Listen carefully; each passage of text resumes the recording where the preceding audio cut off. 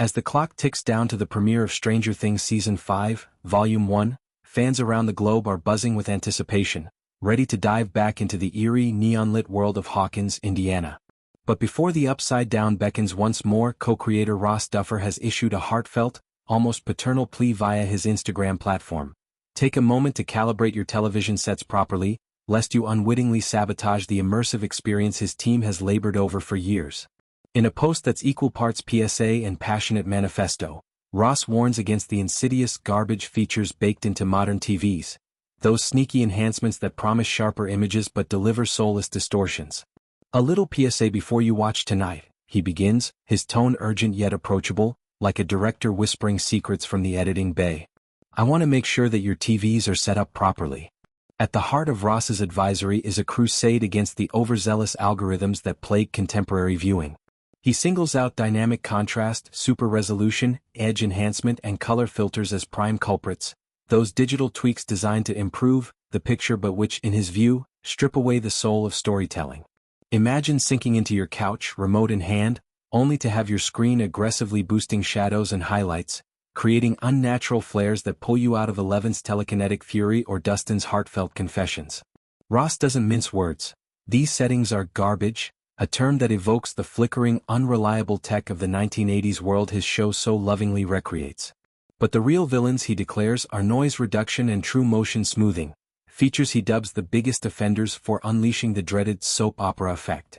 That glossy, hyperfluid motion, where every frame glides like a daytime drama rather than the deliberate 24 frames per second cadence of cinema, has been the bane of filmmakers since its accidental popularization.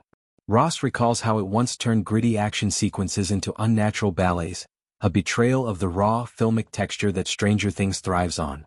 His admonition extends to the dreaded vivid mode, a preset that sounds appealing but activates a cocktail of the worst offenders.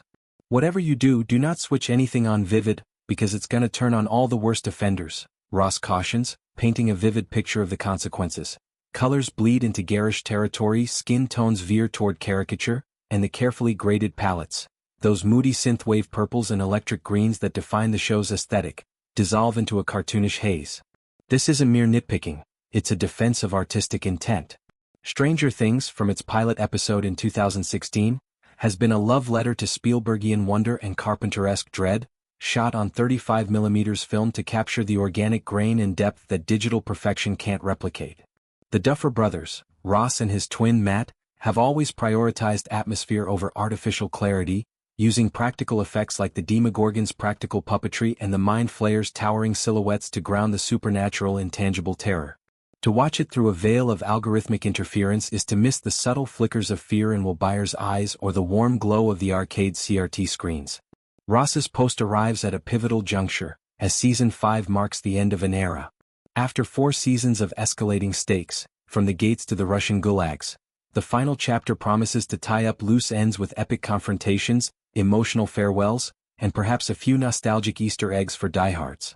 Streaming exclusively on Netflix, Volume 1 drops amid a landscape where home viewing has evolved into a high-tech ritual, with OLEDs, CLEDs, and 8K resolutions vying for supremacy. Yet, Ross argues more pixels don't equate to better art. He urges viewers to consult their TV manuals or online guides. Resources abound for achieving Filmmaker mode, a standardized setting endorsed by the industry to preserve creators' visions. It's a call to arms for intentionality, reminding us that in an age of passive consumption, active engagement starts with the push of a button. Disable those enhancers, he implores, and let the story breathe as intended, raw, unfiltered, and profoundly human. This isn't the first time the Duffers have championed the purist's approach.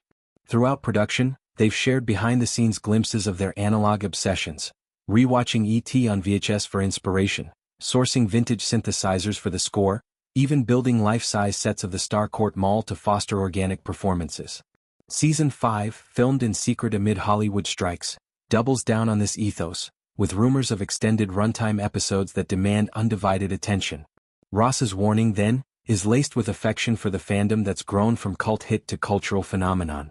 From Eleven's shaved head debut to the ensemble's heartfelt growth, think Mike's awkward romance arcs or Joyce's unyielding maternal ferocity, the show has thrived on emotional authenticity, not visual trickery.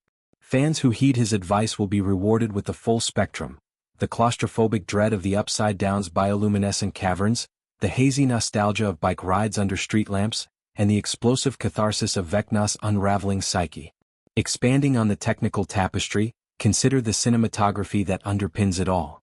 Tim Ives, the show's director of photography, has masterfully balanced the 80s palette, think faded denim blues and mustard yellows, with the otherworldly iridescence of interdimensional rifts. Noise reduction, by smoothing out film grain, erases that tactile grit, turning poetic imperfections into sterile smoothness. True motion, meanwhile, accelerates the pace, making heart-pounding chases feel like commercials rather than climaxes. Ross's plea echoes broader industry laments. Directors like Denis Villeneuve, Dune, and Christopher Nolan have long railed against these features, even partnering with brands like LG and Sony for Filmmaker mode certifications. For Stranger Things, it's especially poignant. The series began as a rebellion against glossy blockbusters, embracing lo-fi charm in an era of CGI excess. By turning off these settings, viewers honor that spirit, becoming co-conspirators in the Duffer's vision. Beyond the screen, Ross's message fosters community. Social media lit up with fans sharing calibration tips, from universal remote codes to app-based tweaks, turning a solo viewing into a collective ritual. It's a testament to the show's enduring magic. Even in its swan song, Stranger Things isn't just entertaining, it's educating, empowering fans to reclaim agency over their entertainment. As the credits roll on Volume 1 with Hawkins' fate hanging in the balance, Ross's words linger as a final gift. Watch not just with your eyes but with intention. In a world of distractions, this simple act, disabling the garbage, transforms passive pixels into profound portals, ensuring the final season resonates long after the lights dim.